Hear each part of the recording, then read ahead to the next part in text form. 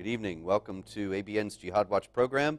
I am Robert Spencer, and we are continuing this week with our series of interviews of prominent and important freedom fighters on the scene today working to resist jihad and Islamization and Islamic supremacism. Tonight we have a most fascinating guest, Dr. Nicolai Sennels, who is a Danish psychologist who's prominent in the Danish media for his unorthodox therapy methods that he has actually developed as the only psychologist at, now I'm not sure I'm going to be pronouncing this right, Dr. Sennels, this is Sonderbro? Well, yeah, I Close think enough? people would understand what you say. It's a youth Sønderbro, it's prison, called, yeah. and I understand that you taught young prisoners there about mindfulness, meditation, and a special program on anger management, which I believe would give you quite a bit to do with the Muslim inmates there. Is that so? Can you tell us a little bit at the outset here about that work and your encounters with Muslim inmates? Yeah, well, I was the first psychologist there ever, and they just told me to, yeah, do what I can do to develop psychological methods, therapy methods that would work with these young people. And in Danish youth prisons, 7 out of 10 inmates do have a Muslim background. 7 out of 10. So that 7 out of And 10 in youth just prisons. incidentally, what is the Muslim population, the percentage of Muslims in Denmark? We don't know exactly because it's not legal in Denmark to make statistics on the on religion among the population, but estimate is between 250,000 and 300,000 out of 5.2 million people living in Denmark. 250 to 300,000 out of 5.2 million. So that's about sorry, I'm not even thinking straight about the math, but it's not, it's less than 10%.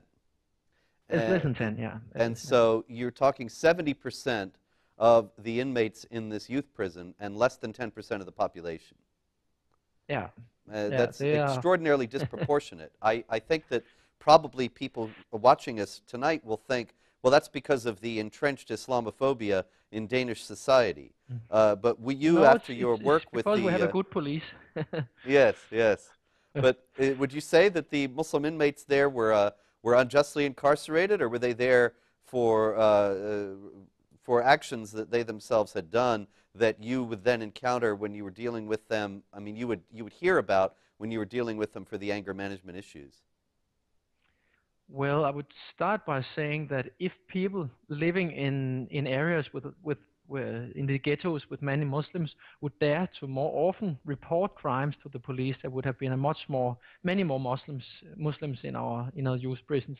About 70% of all cases of violence committed in Nørrebro, which is probably the biggest Muslim ghetto in Denmark, is never reported to police because the victims are afraid of the consequences. Incredible. And yeah, so even with this lack of reporting, you got 70% of the inmates. So 70%, 7 out of 10, and you go into this prison. You're the first psychologist there, and they put you in with the they bring you to work with the Muslim inmates. Not just the Muslim inmates specifically, obviously, but you work with people in anger management. And what what did you encounter when you did this? Well, it quite quickly became very obvious that they really have, at least seen from a Western and especially a Danish point of view, they have problems with anger. It simply seems that the way that people are brought up in Muslim families and in Muslim communities, they are taught that anger is not necessarily a bad thing like we mostly are taught. They're taught that it's a sign of strength and sign of power. And yeah, while we see it, I would say Westerners, we mainly see it as a sign of weakness, right? We see people who cannot control their disturbing negative emotions. We see that as a weak point. It's a bit embarrassing and so on. But it's very different with most Muslims. And well, I find that very much... So many... Oh, excuse me, Nicolai, I didn't mean to interrupt. Okay, that's part of the reason why so many Muslims end up in prisons. Yes. I was just going to say, when you're talking about anger being evaluated negatively, that this is something that I encounter very often. People tend to judge who wins and loses a debate, not necessarily on the basis of the value of what's being said or the truth or the falsehood of what's being said, but they say, well, look, he got wound up, this guy got angry, and so it's very Then he important. lost. Yes, Yeah. in contemporary American society, and I think probably also in Europe, when in Yeah. discussion or debate, to try to keep cool at all times, because anger is seen to Ex- be a sign that you're losing and a sign that you are giving into negative emotions. But this is not the case among Muslims. Is that right? We have the saying in Denmark that big dogs don't have to bite. They know they're big. They do what they want, right? It's only the small dogs, wah, wah, wah, wah, who bark, right? So it goes very well with what you're saying there. Yes. So there was one very big. So we had to simply work on that point, and mm, I'm not sure how much it helped because most of them simply thought that it was ridiculous to simply put away anger because that was one of their main tools when it came to not just physical conflicts but also more verbal conflicts or and social behavior in general. So, So it seemed like putting away a very central, very important, very natural um, tool for communication. So what I think it helped them to do is that I think they understood Danish mentality more. I think they understood our Danes more during the therapy. But I, I'm not sure how much it helped them. did they come in with contempt for the weakness that the Danes would show by trying to contain anger and not to lash out in the ways that they had been taught to do? Yeah, that's one of the very important lessons that we have to learn from psychology and the psychological understanding and analysis of Muslim culture. And that is that while we see, as you very cleverly put it before, like we see like being able to control negative emotions on as a strength, they see it as a weakness. And that also means that if we don't respond, maybe not necessarily with strong negative emotion, but if we don't respond aggressively and assertive on attacks and so on, they will see it as a vulnerability that can be exploited. And as we see both here in the West and in their own countries, it will be exploited. They will try to. And This is a that's very simply something we need to understand. We try, we come in with all our diplomacy, our ambassadors, our dialogue, intercultural dialogue, and so on. And it there is no ring and hook in there. There's no ring and hook there. They don't speak that language culturally. They see it as a weakness, and they see it, aha, they're weak. We can attack. So you're saying that everything that the West is doing to reach out to Muslims in general, to particular Muslim countries and so on, and to try to smooth over the conflict and to bring peace, that not only are these things not working, but they're actually actively counterproductive because they're interpreted by the Muslim leaders and perhaps a great number of the people as well, that as signs of weakness and as a sign that Very, very much. they should step up the conflict rather than ease it. Yeah, I think we could learn a lot from, for example, Israel, the way they handle conflicts with the Palestinians. Extraordinary. This is really a I'd remarkable say thing that to as I say. say that as a psychologist, as it's from a psychological point of view, I think they are doing a lot of things very in the right way. I would By say in reacting Israel. strongly, the things that get them condemned by the whole world, that Yeah, the things that the world doesn't seem to allow, Israeli self-defense. But you're saying that these very things, the strong responses to jihad terror attacks, are what keep Israel safe. well, that's what I would say as a professional psychologist with an extensive experience with Muslim criminals and Muslim terrorists. That would be my advice to any state that would try to defend itself against violent Islam. Definitely. It's It's really You remarkable, have to Nikolai. you have to understand. You have to understand. It's all the way back to the old, the Chinese, the Chinese war philosophy and so on. You have to understand your enemy. You This is cannot the just one thing the West take doesn't what do. works for yourself and what works in your own culture and then push it in and hope that works. You have to understand your enemy.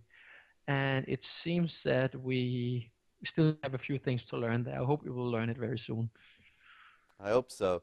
It seems as if the direction is all moving the other way, that Yeah. the Obama administration here in the United States has forbidden any honest examination of Islamic texts and teachings in order to illuminate the motives and goals of the jihad terrorists. It's forbidden.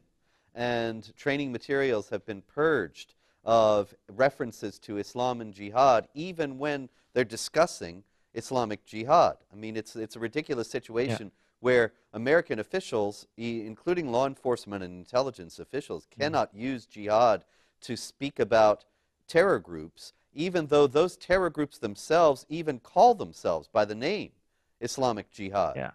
or the Party of Yeah. Allah and so on.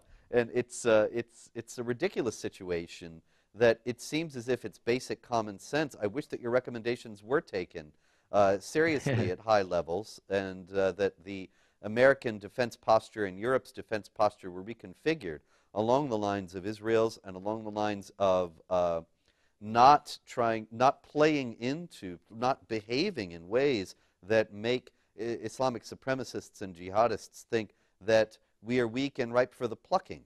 But in any Yeah. case, I know that going back to your story, you worked in this prison, and you have found, as a basis of on the basis of your work there over the years, Mm. some emotional indicators, some signs that Muslims may turn to violence or become jihad terrorists.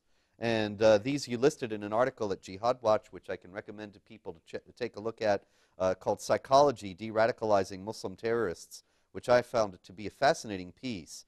And the 8 indicators you listed are anger, honor culture, victim mentality, identity, religiosity, responsibility for oneself, ability to regret, and tolerance. Let's take a little bit of time to look into this more closely. We've been Yeah. talking about anger, and when we see that anger is more accepted among Muslims, are you talking about even when Muslims are within their own family settings and among fellow Muslims and there are no unbelievers around, even then an expression of anger that would not be acceptable in the West would be taken with more, would be more acceptable in that context? Among Muslims themselves? Yes. Yeah, very much. You see it, you see it strongly. If you go, if for example, if you work in a prison, in Denmark at least, there you will see the one who are the most, you have the most influence on the other most Muslim prisoners, are the ones who are the most religious and the ones who are the most angry. Huh. They are seen as the leaders. They're the role models. That's And you amazing. and if you see it on a bigger scale, you can, for example, you can see you sometimes they celebrate these days of anger, holy anger, days of anger on Fridays, when somebody have been drawing a funny drawing about with their prophet. And there you see it's a big thing for them. A day of anger is a good day. That's where they get out of, and celebrate and demonstrate and shoot into the air and so on. So it's a big psychological thing in their culture. I see. Yeah, I'm reminded over the years at Jihad Watch that many, many times during times of particular tension, when there was the worldwide Muslim anger about the Muhammad cartoons, for example, it would be especially stirred up on Friday afternoon after the Friday prayers, after the sermon had been heard. Then many, many times we would see Muslims streaming out of the mosques and rioting, killing, and so on. And this is a Yeah. pattern that recurs. It's interesting that you note religiosity, the people who are the most religious and the people who are the most angry became the leaders in the prison. At the Friday Yeah. prayers, in many cases, those two things come together and make for a very volatile combination. Yeah, that's where the Fridays there. That's the day where they are the most holy, you could say. Actually, we have some very fascinating statistics from Germany that I forgot to mention before. The former minister of justice in Germany, now he's a professor in a big university in southern Germany, and they made an enormous project. They were interviewing 45,000 young people from all over Germany, from all, with all religions, with all backgrounds and so on. And what they found is that when it comes to religion, the more religious young people are, the more peaceful they are, except for Muslim youth. That's the opposite. The more religious the Muslims are, the more aggressive and the more ready they are to use violence. This is a very big study. It was intensive interviews with 45,000 young people, and it just shows that there are apparently some aspects, psychological aspects of their religion that promotes violence, that promotes anger, that promotes all these unhealthy things that you can see also in brain scannings are very unhealthy to people. Makes them more depressive, makes them more frustrated, makes them less able to fall in love and sleep well and so on. It's not only bad for their surroundings, it's very bad for themselves as well, both on a psychological level and on a neurological level. Amazing, incredible that yeah. this would you go could say on that and Islam is perpetuate itself. Islam is, from a scientific point of view, it's an unhealthy religion, from a medical point of view and psychological point of view. Astounding. So Yeah. I mean, this is an element of it that I've never considered, that when one is taught that anger is a good and holy thing, that hatred, rage, and violence are something that are blessed by God, then it actually, obviously, you would cultivate these things, and then the more you do so, the worse it is for your physical and psychological well-being. Very much. These people, you can also see, it's not happy people who behave like that, right? It is people who feel bad, who are not happy, and who actually you never hear any. You don't hear Muslim leaders and imams and so on. You don't hear them talking about happiness and so on. Not in this life, at least. They talk about anger, aggression. Hate them, and so on. But it seems like happiness they simply gave up. It's not a thing for them. I think they gave up. I'm reminded of the Ayatollah Khomeini, who said Oh yeah. very famously, "There is no fun in Islam. There is no humor in Islam. There is no fun or It's a joy very in anything serious that thing. is serious." Yeah. So Yeah. moving on from anger, the next element that you had identified as an indicator of the tendency of a Muslim to become a terrorist and commit an act of violence is the honor culture. So what exactly is the honor culture? Well, that's what they call it. They call it honor. Mm-hmm. If you ask us, normal. I think if you look at Western psychology, we would call it bad self-confidence. When you're so fragile, when you're all the time looking for what are they thinking about me, are they criticizing me, and so on, it's not a question of honor. You're simply insecure. Yes, of course. And then what Yeah, happens if they are criticizing, or if somebody is talking bad? Then what? then they explode. So that honor culture leads us back into anger. Yeah, it leads us back into anger, and it's connected with, it's very opposite from Western culture. While we would say that if you're able to handle criticism, which I noticed you handle a lot of criticism on your blog, the Heartwatch, Yes. you have a lot of people writing, they're not so happy about your work. I don't know why not. It's just telling the truth, Why should the truth threaten I love anyone? it, I read your blog every day, and I recommend it everywhere. It's great. It's really an amazing job you do every day. It's amazing. Thank you very much. And I thank you for that. But there you see, it's cool, it's signs of self-confidence if you can handle criticism.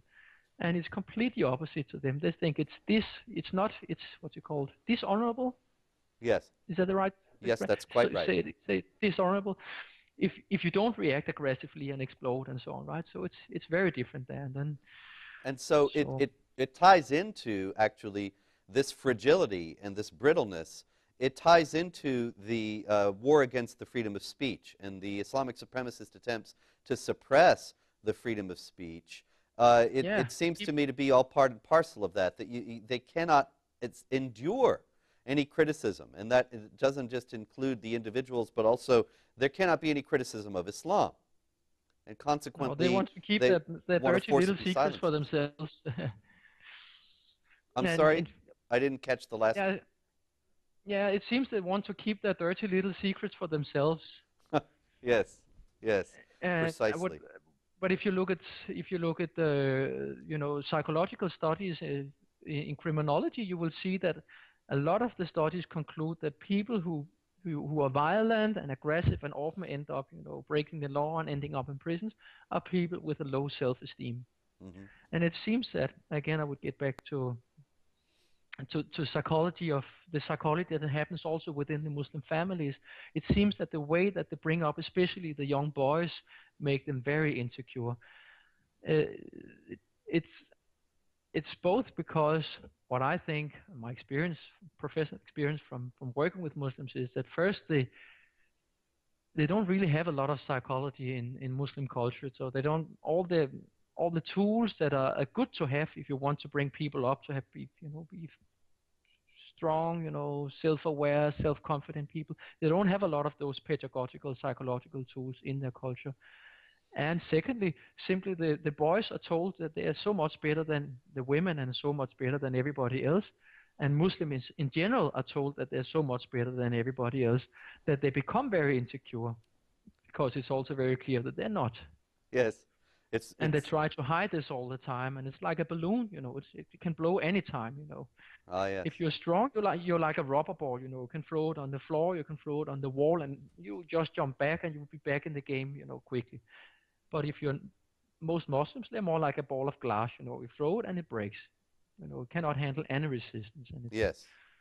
And this yeah, is why it's extraordinary how the West is capitulating on a grand scale to the Islamic supremacist advance when just a little bit of resistance and they would fall back.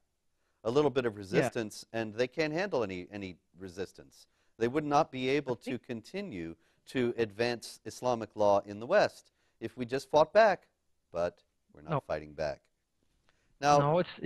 It seems to me that a lot of Westerns, politicians and academics and so on, I think they kind of feel, I think they have a kind of feeling of pity with a lot of Muslims. They see all the immaturity, they see all the anger, they see all the insecurity, and so they have a kind of pity, and they see them as victims, and they try to help them, and like small children, try to give them another lollipop, or another chance, I and think you're absolutely they right. don't know yeah, and I think by that they don't understand what they're actually doing. They're destroying our own culture Yes.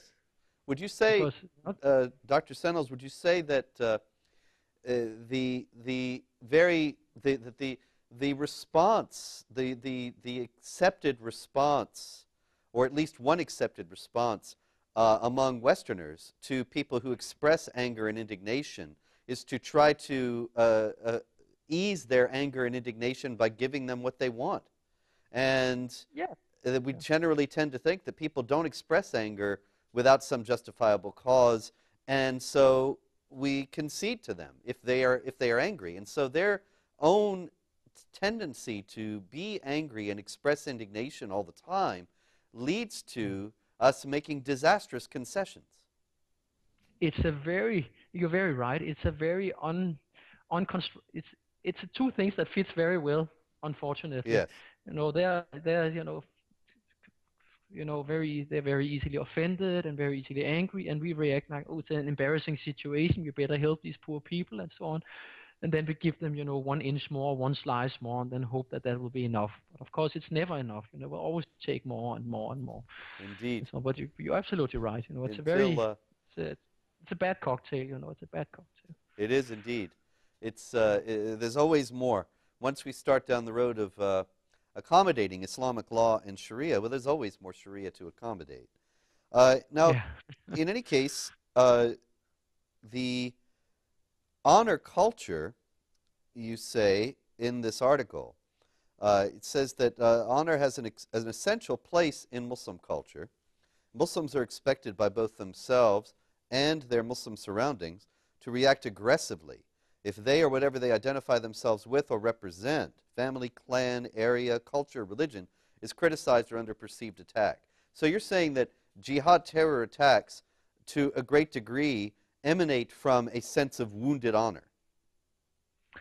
Definitely, and as you also quoted there, it's also emanates from social pressure within the Muslim society. If a Muslim is not ready to defend, himself, his religion, whatever he stands for, then he is seen as a weak, the weak link in the chain, and he will lose status. Everybody in that in a clan culture, in clans, psychology, have to prove that they're able to defend the clan, the culture. So there's a lot of social pressure as well. I'm very sure that a lot of Muslims who behave, who would actually go against Islamic supremacism and so on, they don't dare to, because they are under pressure. They are under control. They fear the consequences if they go against it. That's why we again and again there is probably, I know there are a lot of Muslims who are not following the Quran and who are quite relaxed and like democracy and so on, but the pressure, psychological, cultural pressure, are so big that it will not stand up. We saw the same in the Second World War. Most Germans were not Nazis, they were not racist and so on. But the pressure, the political, also kind of religious pressure, you could call it, within the Nazis, right? At least from a psychological point of view. Again, the pressure made it impossible for normal Germans to stand up and say, this is enough, now we have to stop, right? And that's why the most fanatical ones, the most aggressive, the most sick people within Islam will also be the ones who are leading and taking the lead within their culture. Fascinating, and we have much more to discuss, but it is time for us to take a short break. This is ABN's Jihad Watch program, and I am Robert Spencer. We'll be right back after these messages.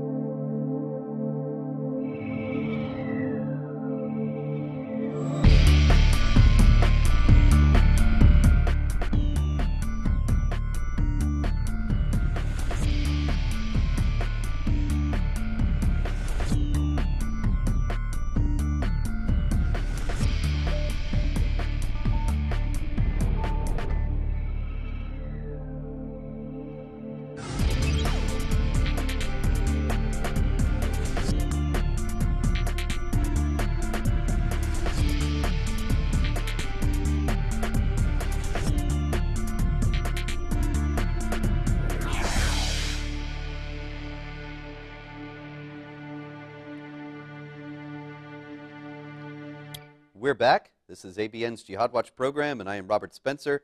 We are here in the middle of a fascinating discussion with Dr. Nikolaj Sennels, a Danish psychologist who has done extensive work with Muslim youths in prisons in Denmark and has written a fascinating study about de-radicalizing Muslim terrorists, which was published at Jihad Watch, and we have been discussing the triggers that he has found that can be indicators, I should say, not triggers, but indicators that a Muslim may be inclined to become a jihad terrorist. And the next one on the list, Nikolai, is the victim mentality, which is something that I see Muslims manifesting every day at Jihad Watch. Can you elucidate what the victim mentality is a bit?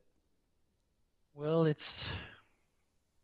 I would like to get back to the terminology of psychology. In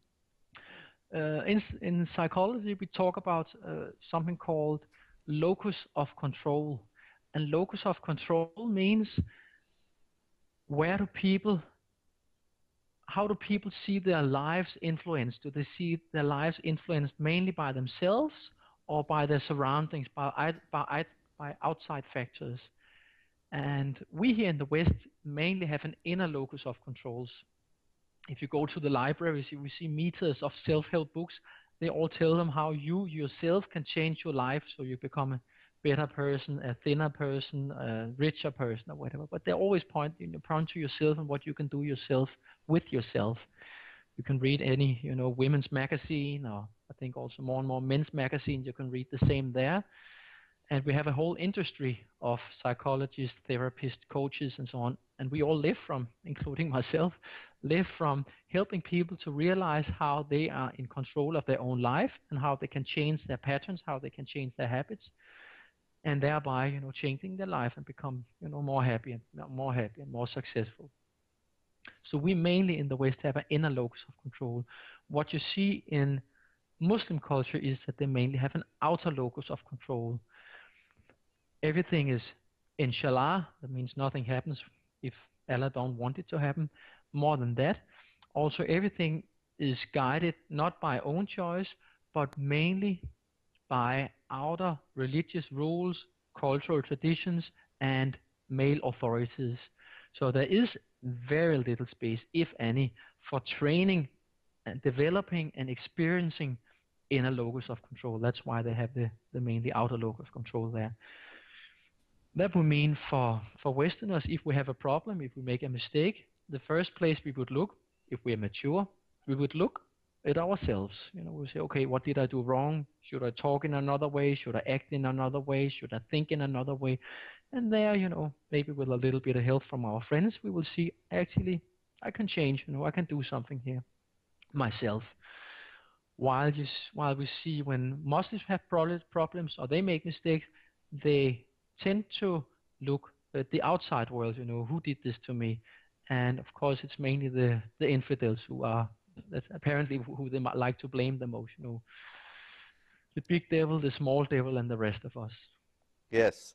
So this gets us to the victimhood mentality, which has really become the victimhood industry in the United States, the concerted effort to portray any resistance, any pushback to jihad and Islamic supremacism as Islamophobia. And they even speak about the Islamophobia industry as if we were some sort of well-funded machine, when actually it's the Muslim Brotherhood, with backed by billions of dollars from around the Islamic world, that is the well-oiled machine pushing this concept that Muslims are actually the victims when they are perpetrating jihad terror attacks around the world on a more or less daily basis. In Indonesia, the Philippines, Thailand, Burma, India, China, Pakistan, Afghanistan, Chechnya, Nigeria. The list just goes on and on and on, and yet they are the victims. It's come from this victim mentality, which is, I would say, world famous. Everybody knows they have it. And I would say every Westerner knows that it's very embarrassing to behave like that. But still, our lawmakers and our experts and, opinion makers and so on, they tend to go with it instead of, ridiculizing and say, now you grow up and you take responsibility for your own life and so on. So it comes from this outer locus of control. But to get back to this Islamophobia, if Islam it means, what does it mean? Subdue or what? Submission. Submission, yeah. Yes. And phobia means irrational fear of fear. And Islamophobia is what they want us to feel. They want us to fear Islam. Yes. They are the ones they are the ones who invented this word, and they want us to feel it. What we have, if you would ask a psychologist, is that at least many of us have, is not Islamophobia. We have Islamonausea. We Yes. are sick of their immature behavior, of their aggression, of their constant effort to pull down their Sharia over our heads, and the very, very negative cultural, economic, influence on our societies wherever they come. Yes, We have absolutely. Islamonausea. Islamonausea, I believe you coined that, did you not? Yeah, I think yeah, maybe I did. Yeah, Yes. I wrote an article for your blog at least. I I remember spoke that. a few years back about Islamo-realism, that Yeah, it's not some sort of irrational fear. It's simply an honest assessment of what we're up against. yeah, Yes, we have some. We actually yesterday or 2 days ago, some very brave professors in Denmark. One actually has a Turkish background. They came out with a new book that asked, "Are the Danes actually racist?" And it's based on 5 years of meta studies where they're going through all the studies, concluding that the Danes are becoming more and more racist. And their conclusions are that we are not. We are not racist. We are not xenophobic. We are not Islamophobic. What they conclude is that we have what they call rational concerns. and the rational concerns are Is not entirely Islamophobic. reasonable to voice. Yeah. We have an irrational culture now which has ruled out of order rational concerns and made it so that those who voice these rational concerns are considered to be disordered in some way. It's an insane society. it's it's it's wrong. It's simply wrong, and it's very unhealthy for us. People get scared to speak up and so on because they're afraid to get this word put on that they're racist and so on. And I wish Yes. we would have more people who would have the strength and the courage to stand up like you and others have. Well, I thank you very much. It's really just a matter of doing what has to be done. I recall often that the signers of the Declaration of Independence pledged their lives, their fortunes, and their sacred honor. That's how the document actually ends. To this great cause, we pledge our lives, our fortunes, and our sacred honor. And it seemed to me axiomatic growing up that when one did find a great cause, when one did have something that was worth living for, then it was worth pledging one's life and fortune and sacred honor for it. And yet I'm amazed at the pusillanimity of so many people in the West nowadays that they don't think that anything really is worth risking those things for. And so then when you have this aggressive and angry and manipulative ideology coming and challenging the societal structures and the basic principles on which our societies are formulated, it's astonishing how easily people are capitulating. But in any case, going back to the study, you say then that identification with a religion increases the tendency to take it personally when one perceives the religion as being under attack, and that you found that this was even so among the Muslim prisoners who were not all that religious. Is that right? Yes, that astounded me a lot. Before I went to work there, I heard about religious Muslims, and I heard about criminal immigrants who didn't go to mosques. They didn't pray. They were drinking beer. They were dating non-Muslim girls and so on. But then, especially one incident that was in February. When was it? February 2000, and I think it was 7 or 8, where the Muhammad cartoons were reprinted in Danish newspapers in sympathy with Kurt Vestergaard, who was threatened, who has death threats constantly, and some people from, I think it was Morocco or Somalia, tried to kill him. So the newspapers, in sympathy with him, they reprinted him, and we had, I think we had Denmark is a small country, but we had about between 500 and 1,000 attempts of arson, where they burned the cars and burned houses and so on. in protest against the reprinting.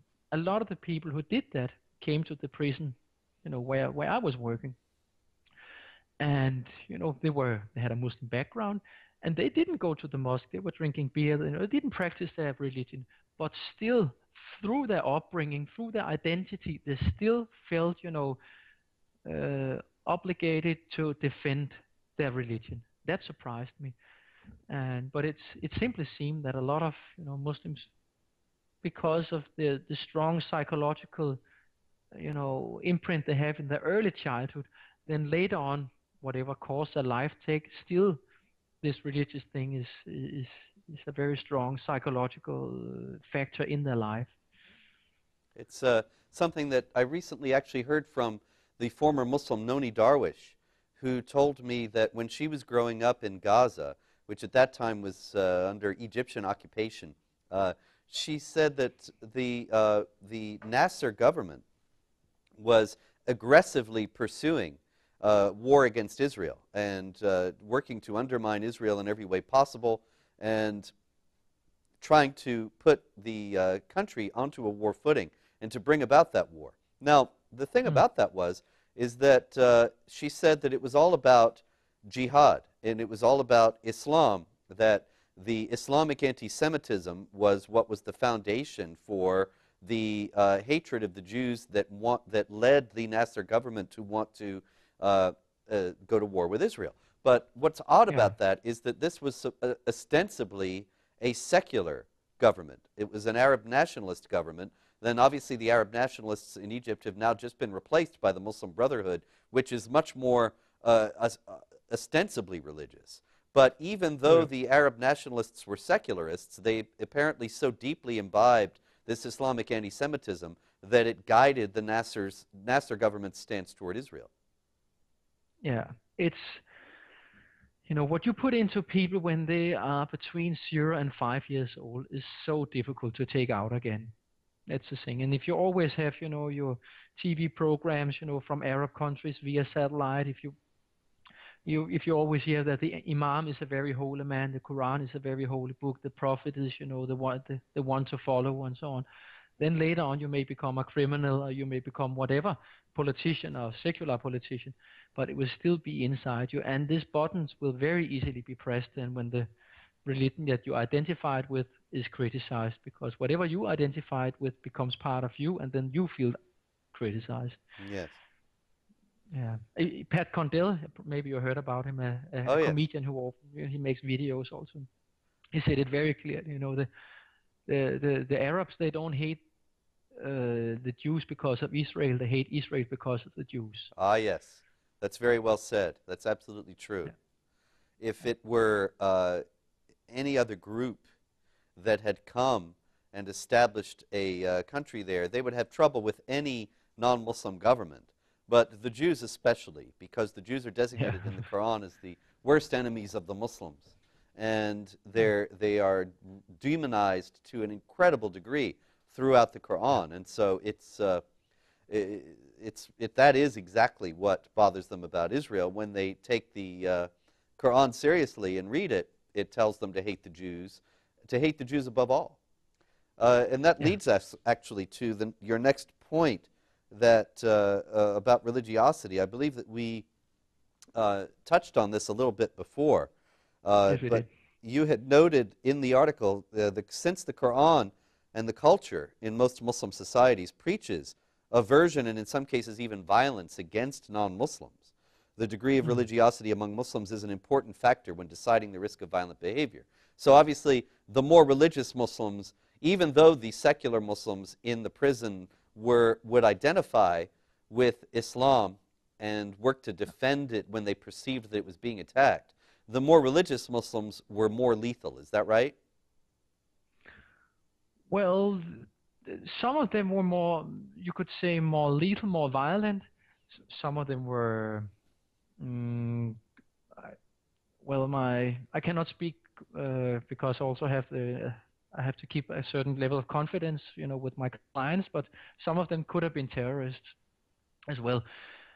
What it seemed for me is I didn't study the Islamic scriptures as deeply as you did, but I read the Quran and other scriptures, and again, from a psychological point of view, the all the demonization of non-Muslims, about Jews, about non-believers, and so on, works as, seen from a psychological perspective, works as a the same way as when you do propaganda to your own soldiers in war. You tell how bad the enemy is, how low he is, how bad he is, how disgusting he is, and so.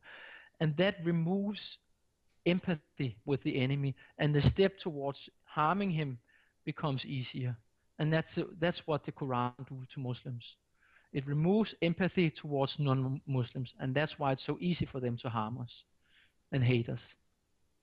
That's extraordinary. That's fascinating. I think that's also behind a great deal of the personal abuse that Muslims routinely heap upon those of us who are working in this field. And sometimes the messages, you know, you've seen some that I've published at Jihad Watch, and the most obscene ones I would never put up there. But sometimes I'm amazed, and I think, what would lead a human being to speak to another human being this way? What would be inspiring this depth of hate? And so it's fascinating for you to be saying that that the Quran and Islamic teaching remove empathy for non-Muslims. And that makes sense, since it calls non-Muslims the most vile of created beings in chapter 98, verse 6. And so it's clear that they just don't recognize somebody who is fighting against jihad and Islamic supremacism in the name of human rights, the freedom of speech, the equality of rights of all people. They just don't recognize that as a human being who has rights they are bound to respect, or as somebody who has any dignity before God or dignity as a human person in any way.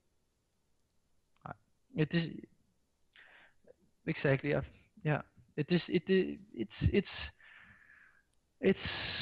a very clever war psychology. Yes. The Quran is clever war psychology. That's fascinating.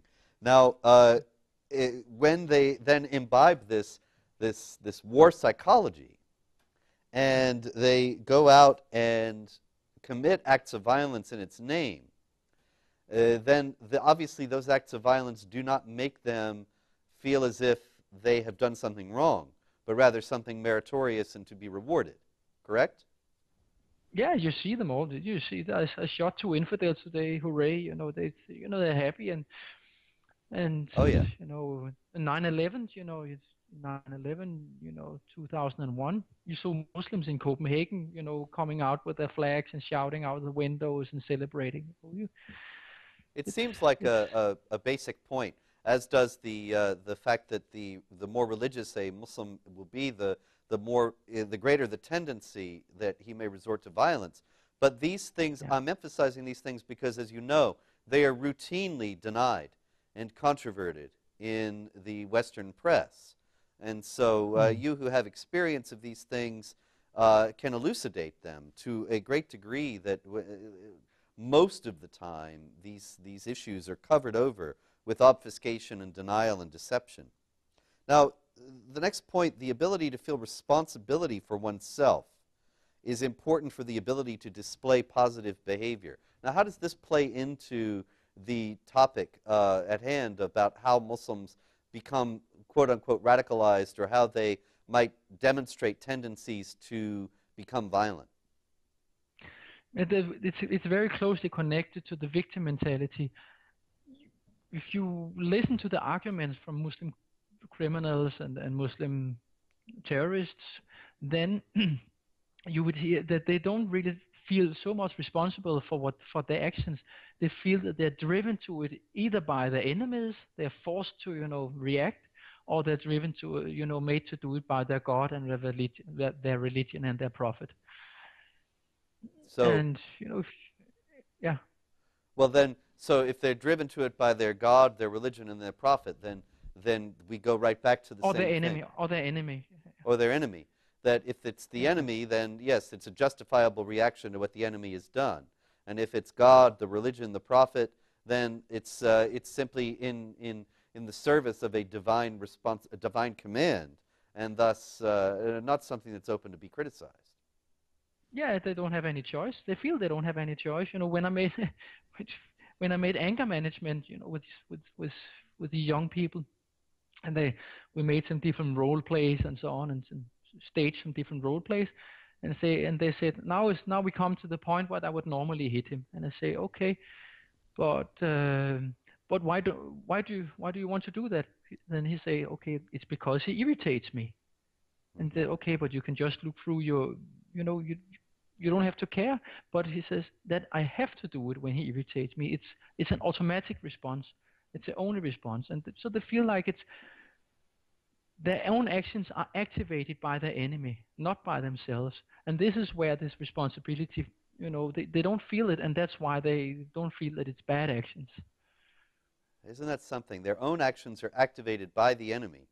That's Mm. extraordinary because this is what That's we what they see. feel. Yeah. You know, I constantly am puzzled, Nikolai, by the extraordinary denial and the loss of the understanding of the sense of responsibility for one's own actions that we see Mm. manifested at the highest levels of the U.S. government. That when Muslims riot and kill because somebody has burned a Quran, we saw General Allen, the commander of the forces in Afghanistan, apologize to the Afghans. We see Barack Obama apologize, and we see calls for restriction on the freedom of Yeah. expression in the United States as It seems that they buy into that logic. precisely that they're saying Yeah. if they riot and kill, it's our fault. And I've constantly repeated at Jihad Watch that if my reactions are in my control and they're up to me, and I'm responsible for them. And so Yeah. any Muslim, when he's perceiving an insult to Islam, is also responsible for his actions, and he's the only one who's responsible for his actions. There's no automatic response to a provocation. But you're saying that No. there actually is, that this is a cultural mindset that many Muslims have, and consequently they assume this to be so, and now they're actually bamboozling a great deal of the West into thinking that it's so as well when these riots happen and there are calls not for them to grow up and cut out the rioting over things that don't hurt them, but calls for the West to restrict its freedom of speech.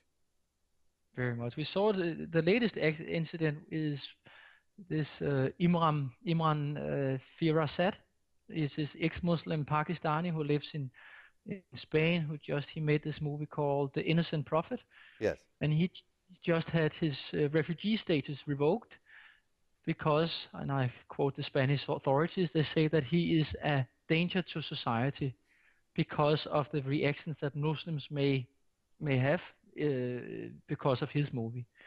Astonishing. A danger to Yeah, society because of the yeah, reactions that they may have. And so of others. what the Yeah, West is yeah, doing, we're reinforcing the principle that yeah, terrorism works, that violent intimidation works, and that if yeah. you dislike something, you can just riot and then the West will cut it out and give you what you want. More than that, I think we simply, it seems like they're, is it called feeble-minded, or I don't know what you call it, but they are not able to discriminate. They're not able to see the actual logic. They they buy into that logic, and that became their logic. Yes. It's not just because I don't think it's just because of normal fear. They buy into it. I, I don't want to get too much into the political things. I'm not an expert on that side, but it seems there is some connection between socialism and this victim mentality, where also, if you see some socialist arguments, it also seems that they are able to create a kind of logic where it's if you are poor, if you're not, you don't have any success, it's always somebody else's fault. Yes. It's society have to pay for it, have to support you, have to do whatever. It's only if you're rich and depressed, then it's your own fault. You're a rich bastard, whatever. It's right. But if you're poor and depressed, it's somebody else's fault, right? So it seems that this inability to discriminate and between cause and effect and these logical sequences and so on that you find in socialism, you find the same within Islam. Extraordinary. Yeah, I think that that's a very good point. Very insightful.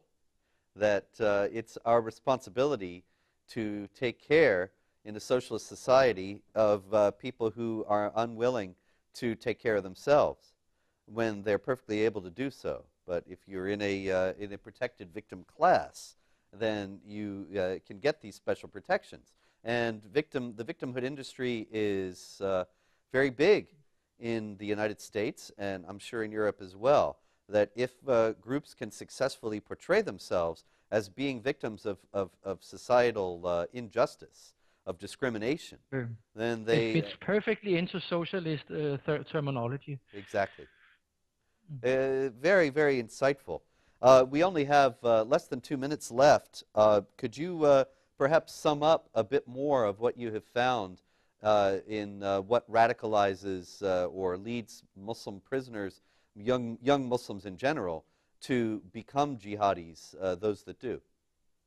Mm, I would like to touch upon the last of the four main psychological differences between Muslims and Westerners. We already talked about on anger, on self-confidence, on self-responsibility, and the last thing is an you could call it maybe identity, where we are told that it's good to be open and tolerant towards others, people who are different from us. That's a sign of, of being a good person in our society, in our culture, while Muslims are told the opposite, that they are told they're good if they stay away from us, and so on. And that's in the fourth psychological difference. And that's also why Muslim integration will never happen to the necessary extent in the West. Yes. And we will have not a multicultural, but a duo culture. Nikolai Sennels, I thank you very much for your very insightful work, and it is deeply illuminating of the mindset of the jihad terrorists and the Islamic supremacists that are threatening the West today. And I thank you for it and wish you all the best with it in the future. Thank you very much for coming on to the show. This has been ABN's Jihad Watch program, and I'm Robert Spencer. Till next week, good night and God bless. Thank you too, Robert. Thank you very much for your work. Thank you.